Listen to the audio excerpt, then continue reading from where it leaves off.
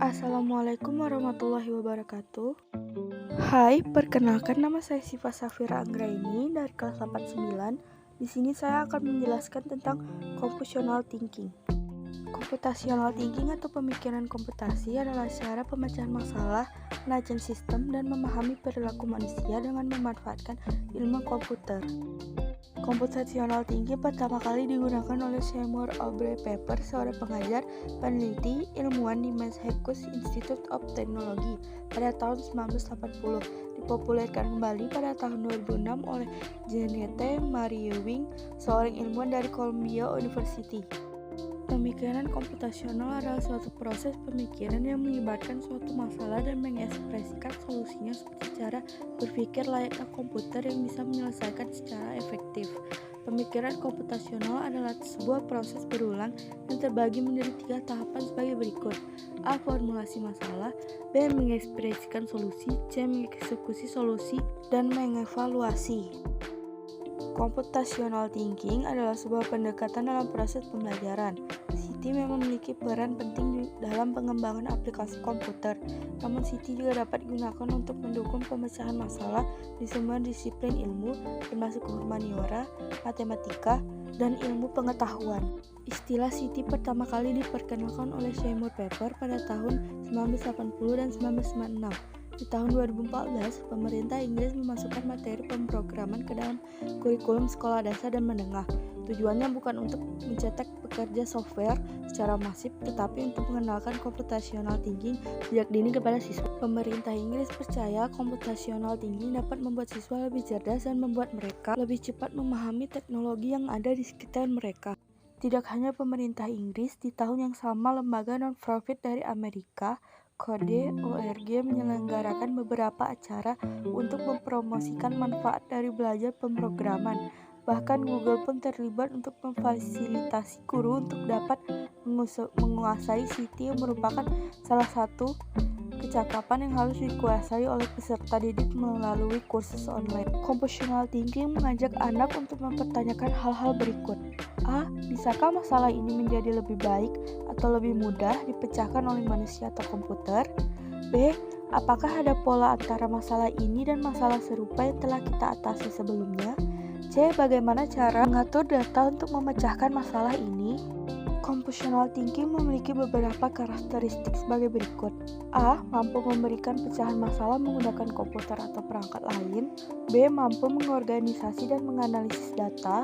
C. Mampu melakukan representasi data melalui abstraksi dengan suatu model atau simulasi.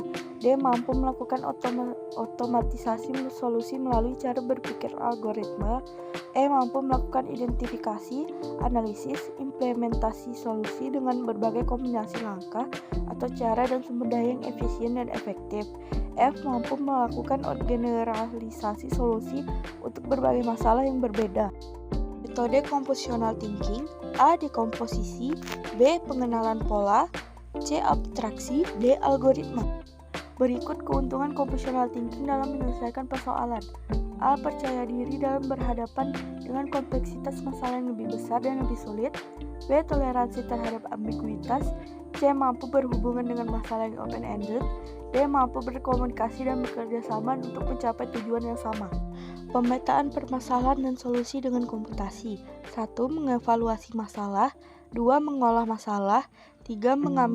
Pengambilan keputusan. 4. Penyelesaian masalah. 5. Meneliti hasilnya. Hubungan antara algoritma dengan pemikiran komputasi.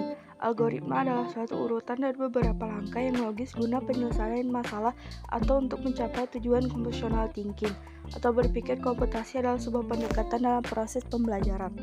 Lantas, apakah ada keterkaitan antara algoritma dengan computational thinking di dalam mengambil keputusan?